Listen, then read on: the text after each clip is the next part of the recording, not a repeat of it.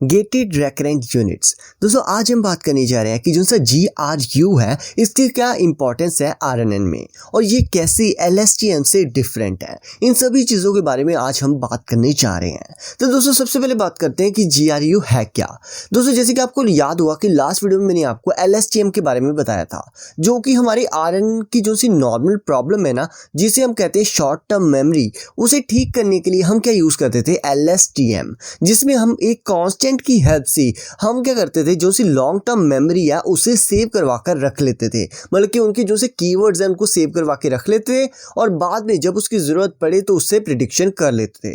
यदि आपने पिछली वाली वीडियो देखी हुई है फिर तो आपको पता होगा, यदि आपने नहीं देखी हुई तो डिस्क्रिप्शन और आई बटन में लिंक मिल जाएगा, आप जाकर उसे चेकआउट ज़रूर से ज़रूर कर लेना, क्योंकि पिछली वीडियो देखे बिना आपको ये वाली वीडियो इतने अच्छे से समझ नहीं आएगी। ठीक है, तो मैं आपको हाईली रिकमेंड करूँगा कि आप पहले उस वीडियो को जाकर चेकआउट कर लेना। ठीक है, एक्चुअली दोस्तों जो सा GRU है ना, ये LSTM का ही एक पोर्टेबल वर्जन है। एक्चुअली पता क्या है, जो सा LSTM है ये है तो बहुत ज़्यादा अच्छा एल्गोरिथम। ठीक है, ये ना जो सा LSTM है ये सबसे पहले आया था GRU से भी पहले। ठीक है, बट पता क्या है, LSTM को जो सा कंप्यूटेशन है उसे होने में काफ़ी ज़्यादा टाइम लगता है। ठीक है, बट इसकी एक्यूरेसी अच्छी होती है, इसमें ये एक प्लस पॉइंट है। बट जो सा GRU है ये क्या है, एक पोर्टेबल वर्जन है। चाहे इसकी जो सी एक्यूरेसी है ये LSTM जितनी अच्छी नहीं हो, बट फिर भी जो सा GRU है वो आजकल काफ़ी ज़्यादा मशहूर हो रहा है या फिर पॉपुलर हो रहा है, क्योंकि इसमें पता क्या होता है कि जो सी हमारी लॉन्ग टर्म मेमोरी होती है, जो सी शॉर्ट टर्म मेमोरी होती है, इसे वो क्या करता है एक पोर्टेबल फॉर्म में हमें शोकेस करता है और इसे समझना भी बहुत ज़्यादा ईजी है। ठीक है, मैं आपको सिंपली डायरेक्ट दिखा देता हूँ, उससे आपको ज़्यादा अच्छे से क्लियर हो जाएगा कि गेटेड रेकरेंट यूनिट्स होता क्या है। ठीक है, तो दोस्तों जैसे कि आप देख सकते हो ये है हमारा गेटेड रेकरेंट यूनिट्स। इसमें ना बेसिकली दो गेट्स होते हैं, जैसे आपको यहाँ पर गेट से ही क्लियर हो रहा होगा, जैसे यहाँ पर लिखा हुआ है ना गेटेड। गेटेड का मतलब है कि यहाँ पर हमारे पास दो गेट्स होंगे, एक होता है अपडेट गेट और दूसरा होता है रीसेट गेट। ठीक है, मैं आपको बेसिक आइडिया दे देता हूँ पहले कि अपडेट गेट क्या होता है और रीसेट गेट क्या होता है, बाद में आपको ना इसकी वर्किंग में आपको बताता हूँ। ठीक है, एक्चुअली पता क्या होता है, जो सा अपडेट गेट होता है इसका वर्क होता है, जैसे नाम से क्लियर हो रहा है, जो भी वर्ड इंपॉर्टेंट है ना उनको अपडेट करेगा या फिर स्टोर करवा के रखेगा। ठीक है, और जो सा रीसेट गेट है वो क्या करेगा, जिन वर्ड्स की हमें ज़रूरत नहीं है, जिनका हम यूज़ पहले कर चुके हैं, उसे वो क्या करेगा, रीसेट करेगा या फिर रिमूव कर देगा। ये काम होता है हमारा अपडेट गेट का और रीसेट गेट का। अब दोस्तों बात करते हैं ये वर्क कैसे करता है। अब गाइस जैसे कि आप यहाँ पर देख सकते हो, यहाँ पर हमारे पास ना एक सेंटेंस है जहाँ पर लिखा हुआ है किरण ईट samosa almost every day. It shouldn't be hard to guess that his favorite cuisine is Indian. और आगे लिखा हुआ है his brother Bhavin, however, a lover of pasta and cheese. That mean Bhavin's favorite cuisine is Italian. अब guys जैसे कि आप यहाँ पर देख सकते हो, यहाँ पर क्या है कि जब हमारी यहाँ पर स्टार्टिंग हो रही है, जो हमारा सेंटेंस है उसकी जब स्टार्टिंग हो रही है तब हमें दिख रहा है कि यहाँ पर जो सा मेन वर्ड है वो क्या है, समोसा।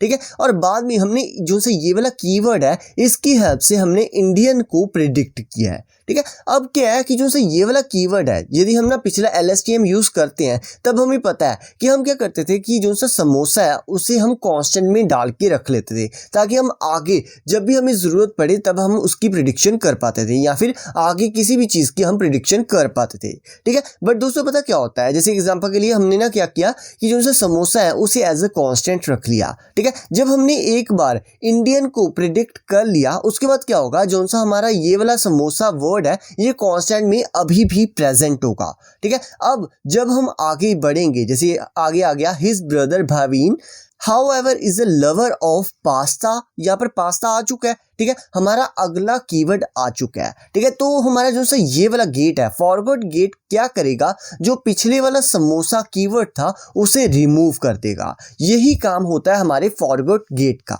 ठीक है, जैसे कि आप यहाँ पर देख सकते हो, यहाँ पर हम क्या करते हैं XT नाम का इनपुट हम यहाँ पर पास आउट करते हैं जिसका वेट होता है WR। ठीक है, और यहाँ पर हम जो सी पिछले जो सा न्यूरल नेट है उसकी जो भी हमारे पास जो भी कंप्यूटेशन होती है उसे हम यहाँ पर पास आउट कर रहे हैं और उसका जो भी वेट है वो क्या है UR। ठीक है, और उसके ऊपर हम क्या कर रहे हैं, सिग्मॉइड को अप्लाई कर रहे हैं और हमारे पास एक RT आउटपुट आ जाती है।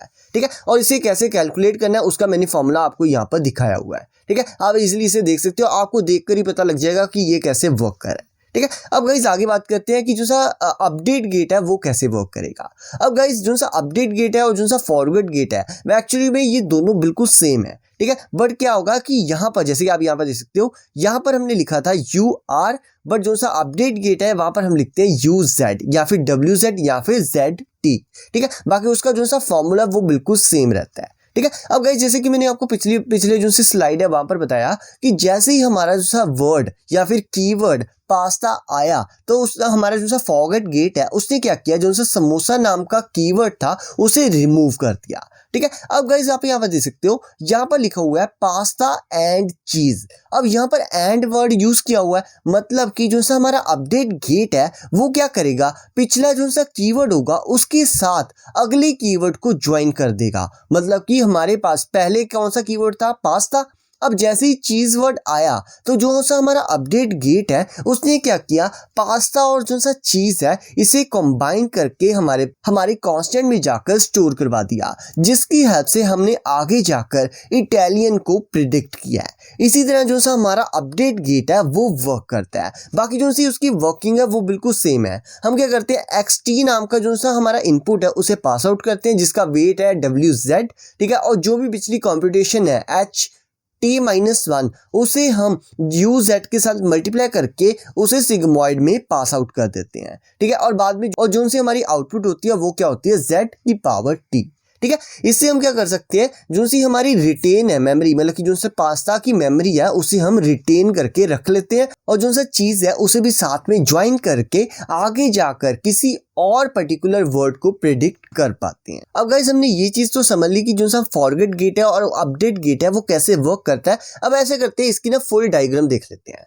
दोस्तों जो सा गेटेड रेकरेंट यूनिट्स होता है ना, इसकी फुल डायग्राम देखने में कुछ ऐसी लगती है। हमारे पास यहाँ पर दो गेट्स होते हैं, अपडेट गेट और रीसेट गेट, ठीक है, जिसकी वर्किंग मैंने आपको पहले बता दी है, ठीक है। और यहाँ पर क्या होता है, जो आपको यहाँ पर X दिख रहा है ना, X होता है हडामार्ट प्रोडक्ट।